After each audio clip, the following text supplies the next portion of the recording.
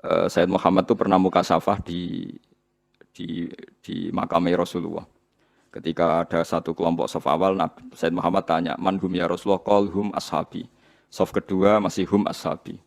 Tapi wa mi warohi aswidatun azimah. Ada kelompok yang lebih besar, banyak sekali. Terus Sayyid Muhammad tanya, "Man hum ya Rasulullah?" Qal hum al-Indonesian. Itu orang-orang Indonesia mencintai saya. Ketika beliau sadar, sampai beliau bilang saya mencintai Indonesia. Ternyata apa? Maulid di Indonesia itu yang bertato saja muludan. Itu udah ada di negara lain. Sing ora salat pun muludan. Jadi belum ada orang mencintai Nabi kayak orang apa? Indonesia. Sampai kiai pertama yang terima cerita itu bareng ngecek, waduh, sing tatonan deh muludan. Ya kita tidak pernah tahu cara mereka mencintai Nabi. Tapi saya pastikan di kitab-kitab itu ada riwayat Nuaiman itu pemabuk. Tapi dia ini mau mabuk yang terminal, mabuk ngarepe Nabi. Ya ditakzir be Nabi. Nah, itu kita tidak pernah tahu. Kowe kan gak ditakdir ngono lho, kowe aja mikir awam dhewe, kowe ora ditakdir dadi wong iku. Lah makanya ya soal munafik ning zaman Nabi iku munafik bodoni wong sing jelas bener. Sementara wong sing bodoni kita iku bodoni wong sing ora jelas. Misalnya kita jadi kiai untuk duit proposal, untuk duit salam template, kan ya ora jelas niate sing ngekek iku piye. Lah terus kowe dibodoni wong. Ya anggap ae khusukmu ya kadang bodoni wong, saleh ya sing. Mulane Ki Hamid Pasuruan tau nangis ngendikan ngeten. Sowan teng Mbah Khalil niku pengasuh Pondok Sidogiri. Itu walhasil Pak Hamid itu sowan Mbah Khalil, kula niku soleh-soleh kula piyambak kok ujug-ujug dadi pangeran. Jadi kamane kan Pak Hamid itu orangnya soleh, khusyuk. Beliau soleh, alim, istiqomah jamaah, istiqomah sholat qobliyah ba'diyah. Tapi setelah terkenal khusyuk karena ya orang sowan terus ngasih uang, ngasih macam-macam. Beliau sebagai orang ulama betul, ulama benar itu kan kecewa. Kecewanya kok khusyukku jadi duit. Karena Mbah Hamid raruhin, cara kita orang nggak benar kan, wah ini bagus lah kan gitu. Tapi beliau itu nangis. Nangis sowan Mbah Khalil. Mbah Khalil itu masih mbah-mbahnya istri saya kan. Mbah Hamid itu ya mbah saya karena misanane mbah saya. Nggak, saya cerita ini supaya sampean tahu bahwa saya pantas dapat cerita ini. Karena Ki Hamid itu misanannya mbah saya, kan orang Lasem beliau. Dalam sing disewani itu mbah-mbahnya istri saya, Mbah Khalil. Jawab ya iku urusanmu jan. Jawab Mbah Khalil iku urusanmu. Makanya ndak ada ulama kecuali dua sikap sinis sama umat supaya njagani ndak semua kesolehan itu gak dadi duwe. Makanya kayak seperti saya roh Mbah Dimyati Pandeglang itu ndak kaget, ndak mau nemuin tamu, beliau hanya sholat jamaah ketemu tamu mau liwat tok. Banyak ulama yang sinis itu jangan kira sinis malah mbok dalili fal yukrim dhaifahu ilmumu sik amatir. Karena beliau tahu kalau saya terlalu ramah, terlalu terbuka, jangan-jangan semua khusyuk saya dikonversi jadi uang, jadi kehormatan. Padahal saya khusyuk udah untuk ini, makanya ada ulama model batin yang tertutup. Nah, malah nak tembanggilan jenenge Misbah, nak ana tamu jeneng lawang takut. Ono pokok rene.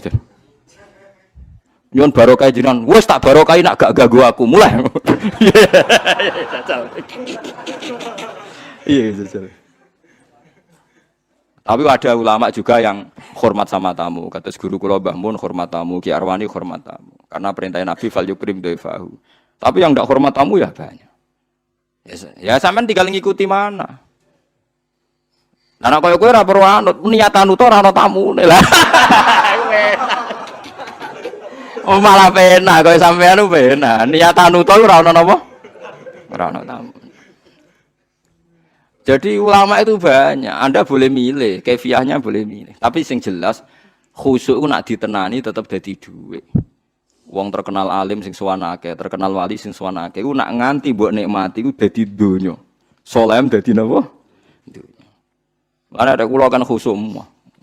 Kula nu misoi ruhin mbek ndongakno. Cara pangeran apik misoi, perkara nak misoi terus ruhin rapati seneng, tapi tak misoi terus ya seneng aku wae, Gus. Wah, cah jablek tenan. Oh, cak kok eleke ngono.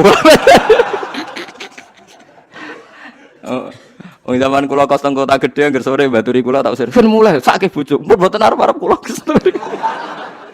Ya wis teng kriteng cak elek diusir-usir cek teko.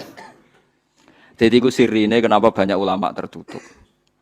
Jadi ulama tertutup ya duwe alasan, kok kuwatir semua kesalehannya nanti terkonversi jadi wah, banyak juga ulama yang senang tamu, senang umat piye iki titipane Kanjeng Nabi dihormati. Ya fakulun ala hakin semuanya benar. Nah, kamu tinggal milih yang mana. Cuma saran saya ke milih yang diwai kan wis ra ono tamu. Jadi ke wis bener. Perkara nek salehmu aman ra dadi duwe alhamdulillah. Tapi kadang dadi hasud. Lha iku musibah. Nah, dadi wis ra dadi duwe. Dadi hasud. Lah iku kere kok hasud bareng terus. Paham ya? Jadi ini masalah mulane ngaji itu sing kata. Makanya ulama itu harus ngomong terus sebanyak-banyaknya karena kita tidak pernah tahu potensi sing dikersano Allah Subhanahu wa taala. Nabi Musa itu kalimullah, ternyata donga udan butuh bareh. Riyen para sahabat kados Umar, Sayyidina Ali top-tope sahabat. Mbek Kanjeng Nabi dipeseni apa? Kon njaluk donga Uwais Al-Qarni, pemuda desa mau tukang ngangon wedhus. Alim-alime tiyang arek Imam Syafi'i. Niku angger sumpek goleki kancane jenenge Saiban Ar-Ra'i. Saiban wali-wali wong penggaweane angon wedhus. Imam Syafi'i dadi qadhi, dihormati mbek raja, ahli fikih formal. Mulya uripe Imam Syafi'i.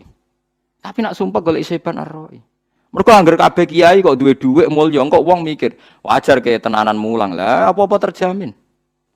Tapi nak kiai melarat kabeh, ya repot. Nanti men seneng sholat, lah ra iso buka toko nyerah ora sisi buka. Artinya sama-sama bisa disalahkan.